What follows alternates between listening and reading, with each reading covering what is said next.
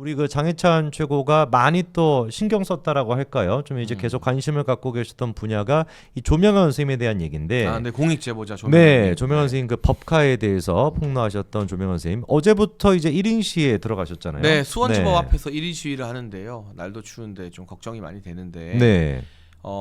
이게 검찰이 새롭게 조사를 하면서 김혜경 씨뿐만이 아니라 이재명 대표와의 직접 연관성에 대한 조사가 이어지고 있습니다. 네네. 그래서 압수수색이 필요한 부분에 대해 영장 청구를 했는데 네네. 수원지법이 기각을 해버렸어요. 이해가 안 돼요. 아직까지도 우리 재판부 곳곳에는 김명수가 남기고 간 좌파 판사들이 요직을 차지하고 있습니다. 유창훈도 마찬가지인 것이고요. 이재명 영장을 기각했던. 네네. 그래서 어떻게 이토록 그 상세한 증거들이 있는데 지금 조명현 님이 그 책에도 밝혔지만 온갖 증거가 다 나와 있잖아요. 그렇죠. 그럼에도 불구하고 이 압수수색 영장을 기각할 수 있는지. 물론 검찰이 보완 수사를 해서 영장 재청구를 해야 합니다만 이 수원지법의 영장 기각을 규탄하기 위해서 우리 공익제보자 조명현 님이 고생을 많이 하고 있고요. 네. 응원하는 의미에서 여러분이 뭐 조명현 제보자님 후원 계좌도 공개됐습니다만 네네. 한 번도 경험해보지 못한 법카, 네네. 새로 나온 책 꼭 우리 성재준 라이브 시청자분들이 많이 구매해서 봐주시면 좋겠습니다. 지난번에 저희가 조명현 선생님 모셔가지고 그 특집 방송을 했었는데 그때도 굉장히 많은 분들이 이제 그 호응을 해주셨고 그리고 그 조명현 선생님이 그 후원 계좌를 오픈한 지가 몇 주가 안 됐잖아요, 그렇죠? 네, 네. 네, 근데도 이제 많은 분들이 되게 관심 갖고 계신다 하는데, 근데 이제 제일 중요한 건 책인 것 같아요. 책을 좀 많이 사주셔야 이게 또 여론 그게 그 되니까. 책이 또 베스트셀러가 되고 네네. 순위권에 오르내려야 여론에서 다시 화제가 되는 것이기 때문에. 그렇죠. 네. 아니 근데 이재명이 법카 문제 같은 경우는 좀 어떻게 보십니까? 이걸 통해 가지고 진짜 약간 좀 구속 가능성도 좀 점치고 계시나요? 근데 저는 어쨌든 이재명과 김혜경 두 사람 다 법카 문제로 유죄를 받는 것은 빼박이라고 보고요. 구속이 될지 집행유예가 될지 등등은 지켜봐야 되지만 네네. 이게 국민 정서에 정말 치명적이에요. 지난 대선 때도 김혜경 법카 공무원 갑질 논란 터지면서 네네. 그게 대선에 또 승부를 바꾸는데 결정적 역할을 했다고 다들 분석을 하거든요. 그렇죠. 이것도 마찬가지예요. 그런데 김혜경뿐만이 아니라 이재명도 알고 있었네. 이재명도 지시하고 이재명도 법카로 이득을 받네. 이게 사법의 영역에서 확정되는 순간 국민들이 이재명이라는 정치인을 다시는 뭐 대선 후보는 물론이고 야당 대표급으로도 인정하지 않게 될 겁니다. 그래서 그때도 대선 때도 생각해 보면은 조명현 선생님이 그때 이제 폭로하고 김혜경 씨에 대한 법카 이 문제가 이제 논란이 되니까 이재명이 딱 나와가지고 대국민 사과하지 않았습니까? 근데 그 대국민 사과 기억해 보면은 마치 자기는 아무 상관이 없는 것처럼 나는 아무런 연관을 뭐 없는 사람인 것처럼 그냥 아내 문제에 대해서 사과드린다 이랬었는데 그리고 그 뒤에 인터뷰에도 뭐라 했냐면 네네. 자기 배우자 김혜경 씨가 법카를 쓴 게 아니다. 직원이 직원이 뭐 과잉 충성한 것이다라는 식으로 이거를 배소연이나 그 밑에 이하 직원들의 잘못으로 꼬리를 잘라버려요.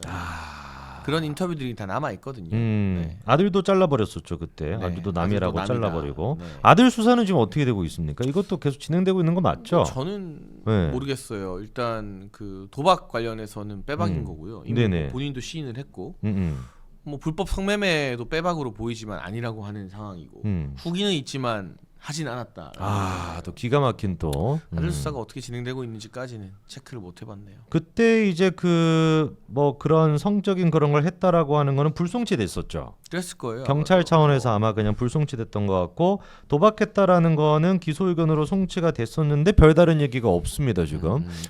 네. 직접 증거가 없는 상황이라 그런 걸 수도 있고요. 본인이 인터넷에 남긴 자발적 후기 외에는 그래서 뭐 한번 봐야죠. 네. 지금 그리고 그 유동규 씨 같은 경우도 이재명 재판에서 굉장히 지금 폭로를 많이 하고 있는 중인데 백현동의 그 마이스라고 하는 것도 이번에 보니까 좀 얘기 나오더라고요.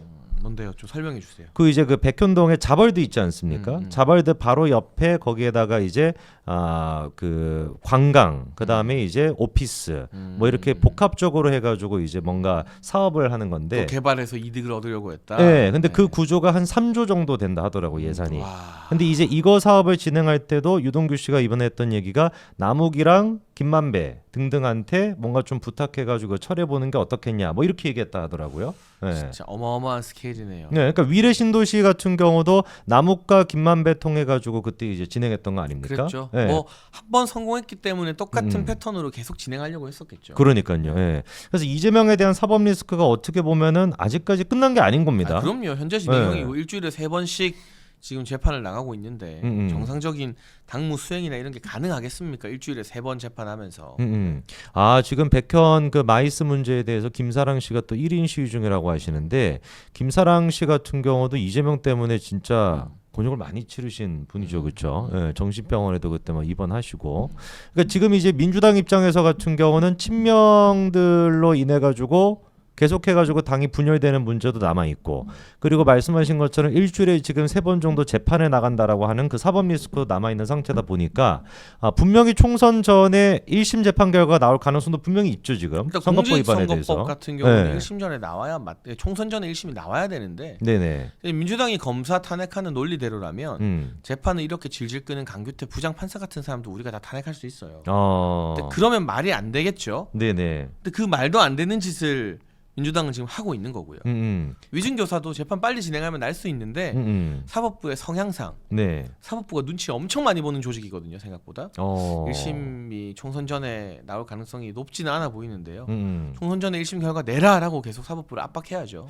야 지난번에 민주당의 그 뭐 그런 단체가 있던데 법률 자문인가요? 뭐 그런 거기 이제 맞아요. 그 네. 위원장인가 맡고 있는 이름 뭐더라? 설머식이었던 것 같은데. 설주환 변호사는 부위원장. 네. 부위원장. 설주환 부위원장 나와가지고 하는 얘기 들어보니까 총선 전에 위증교사가 1심 재판 결과가 나온다라는 건 보수 언론들의 과장이다. 절대로 나올 가능성이 없고 100%안 나올 것이고 심지어 대법원 판결 또한 마찬가지로 대선 전에 안 나올 거다 이런 얘기도 하더라고요. 다음 대선 전에 대법원 판결은 무조건 나옵니다. 나올 수밖에 없는데 1심이 총선 전에 나올지 전 나와야 마땅하다고 생각을 하는데 네네. 현실적으로 어디에 배팅할래? 그러면은 사법부가 뭉갤 가능성이 있다고 봐요. 이게 근데 진짜 심각한 문제인 게 애당초 지금 원래 그 선거법이라고 하는 게 뭐 6개월 냅니까 원래는 6개월 내에 나와주는 게 맞는데 460일이나 지금 지난 상태잖아요. 그렇죠. 근데도 아직도 그 재판 결과 안 나와 있고 대한민국 선거판 자체가 어떻게 보면 판사 한 명에 의해 가지고 좌지우지되는 그런 꼴인 거예요. 그렇잖아요. 유죄 판결이 빨리 나오게 되면은 그것 때문에 뭐 민주당한테 불리할 수 있고 뭐 무죄 판결이 나오게 되면 국민의힘한테 불리할 수 이거 자체가 이게 잘못된 거 아닙니까? 그럼요. 네. 그리고 그 사법부 요직에 있는 사람들 전부 다 김명수가 임명해 놓은 상태 그대로고요.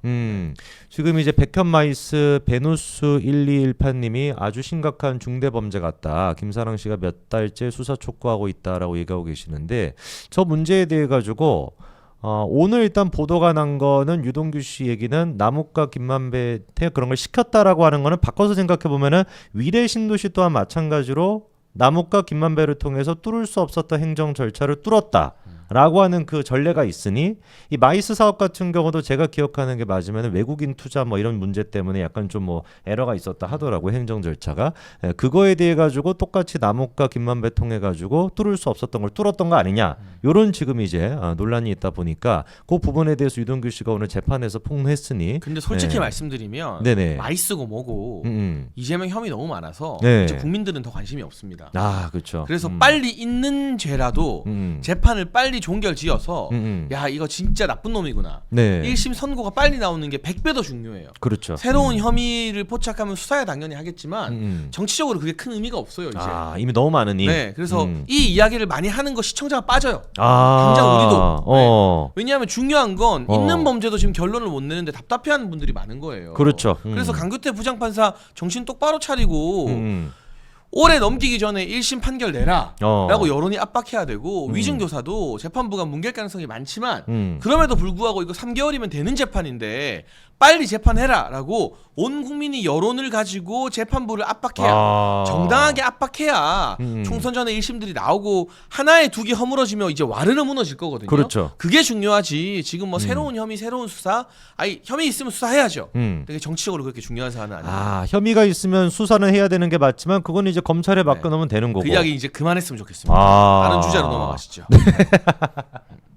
지금 말씀하시는 순간 하트가 막 미친 듯이 올라가고 있습니다. 네, 네, 네. 많은 분들이 공감하신다라는 얘기인 것 같은데 진짜 딱 맞는 말씀인 것 같아요. 뭐 이게 범죄 혐의가 워낙에 많다 보니까 막 그거에 대해서 우리가 퍼뜨리기보다는 이미 지금 1심 재판이 나왔어야 되는 것부터 집중을 해가지고 빨리 압박을 해야 된다. 김혜경 씨 법화 문제 같은 것도 사실 진작에 나왔어야 되는 문제인데 네. 간단한 문제가 아직까지도 안 나왔으니까 우리가 더 뭐 국민님도 지금 계속해가지고 그런 메시지가 나오고 네, 있으니까요. 네. 관심을 더 환기시켜야죠. 압박해가지고 해야 될 것 같습니다.